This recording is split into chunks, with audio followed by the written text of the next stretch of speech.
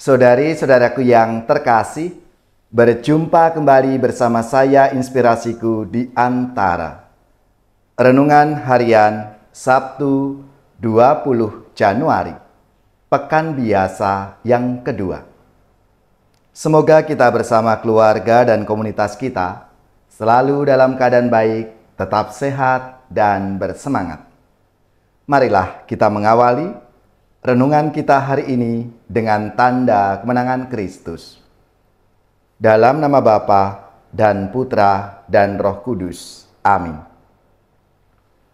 Allah Bapa sumber kehidupan, kami bersyukur karena Yesus Kristus telah mengorbankan diri demi keselamatan kami umat manusia. Terangilah hati kami, agar kami semakin mengimani Putra-Mu dan mengasihi sesama kami tanpa membeda-bedakan, sebab Dialah Tuhan pengantara kami, yang bersama dengan Dikau dalam persatuan Roh Kudus, hidup dan berkuasa, Allah sepanjang segala masa. Amin. Dalam nama Bapa dan Putra dan Roh Kudus. Amin. Inspirasi kita hari ini dari Injil Suci menurut Markus bab 3 ayat 20 sampai 21. Marilah kita siapkan kitab suci kita masing-masing. Kita akan membaca bersama-sama, lalu merenungkannya. Sekali peristiwa Yesus bersama murid-muridnya masuk ke sebuah rumah. Maka datanglah orang banyak berkerumun pula, sehingga makan pun mereka tidak dapat. Waktu kaum keluarganya mendengar hal itu, mereka datang untuk mengambil dia, sebab kata mereka, ia tidak waras lagi. Demikianlah sabda Tuhan, terpujilah Kristus.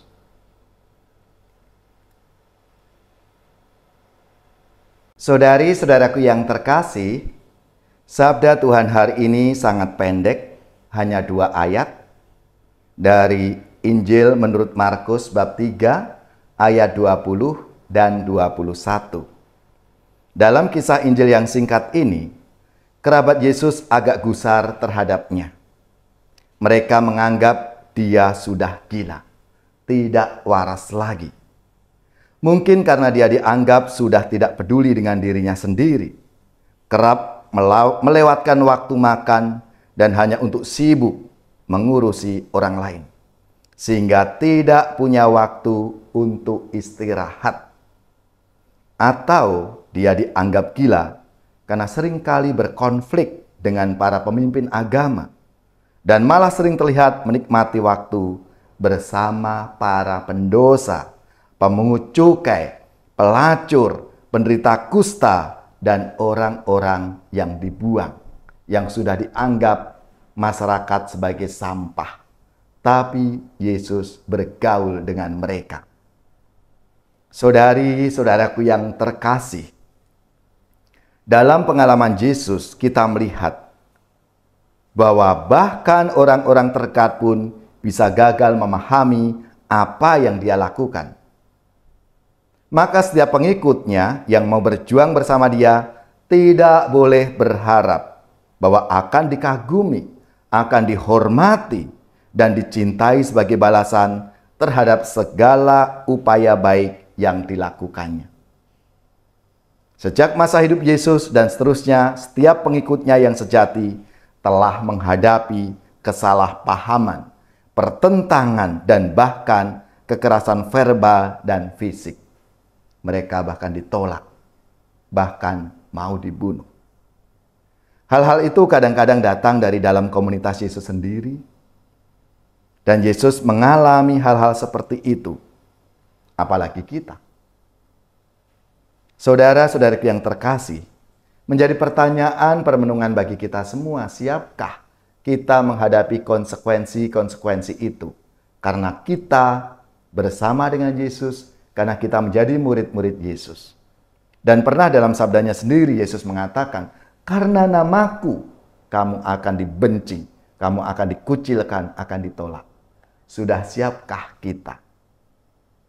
Saudari-saudaraku yang terkasih, marilah kita mohon rahmat Tuhan supaya kita dimampukan untuk tekun setia mengikutinya, melaksanakan apa yang telah Tuhan ajarkan dalam hidup kita.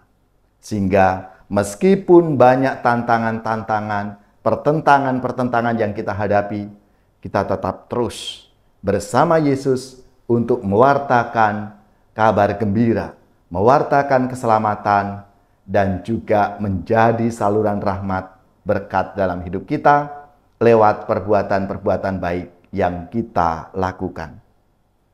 Ya Tuhan, berilah kami kekuatan dan kegigihan dalam pelayanan. Teristimewa ketika kami menghadapi tantangan dan pertentangan dari orang-orang terdekat kami.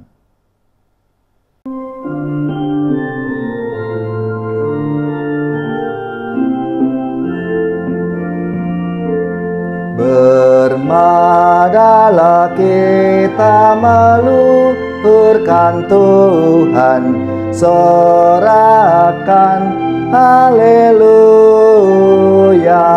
Pujilah martirnya yang gagah perkasa, sorakan haleluya. Direlakannya jiwa raganya demi imannya yang kudus.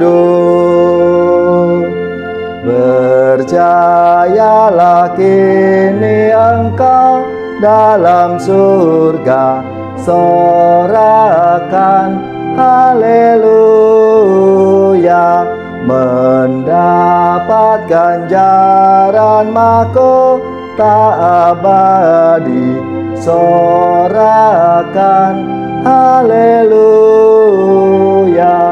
Mohonkan kami rahmat ilahi setiap pada Sang Raja.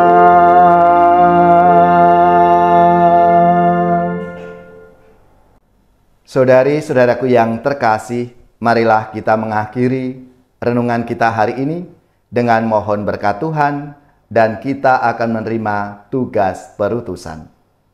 Marilah kita siapkan hati kita untuk menerima berkat-Nya.